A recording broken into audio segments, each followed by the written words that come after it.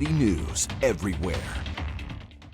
Summer storms are a part of living in the prairies. People living in southwestern Manitoba have experienced significant weather over the last few weeks, including large-size hail and even tornadoes. On June 20th, 3 tornadoes touched down in southwestern Manitoba, causing severe damage to the area.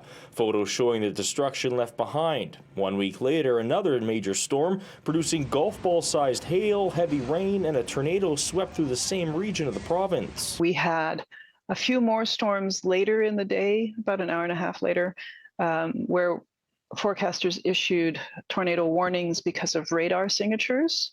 So we can see rotation in these storms, but you can't confirm what's actually happening at the surface. On Wednesday, Winnipeg and much of southern Manitoba were under a tornado watch. Blossom Spence took this video of a tornado near Neepawa, Manitoba, over 2 hours west of Winnipeg. She says the tornado caught her by surprise. I was just driving and then I seen the cloud coming down, I thought to myself, I wonder if that will turn into a tornado. So I drove a few minutes, got to the open view, and then I parked, and then I seen it. It was swirling. Then it was coming down slowly. I'm pretty sure it did touch down, just only for a few minutes.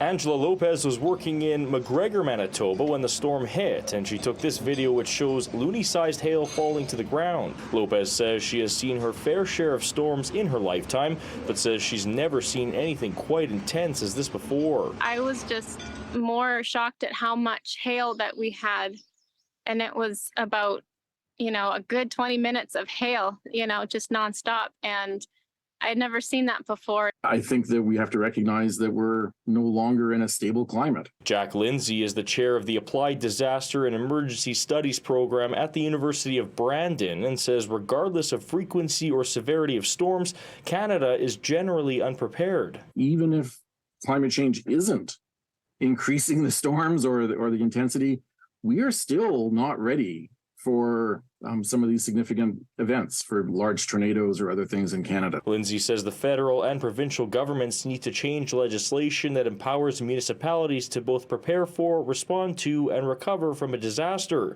He says BC is just changing their legislation. Ontario has tweaked theirs as well, but as for Manitoba, Lindsay says the legislation dates back to the 1950s. He says he's fearful nothing will change until a major natural disaster occurs. We take that near miss as a win rather than as a sign that we need to be better prepared for next time. In Winnipeg, Alex Karpa, City News.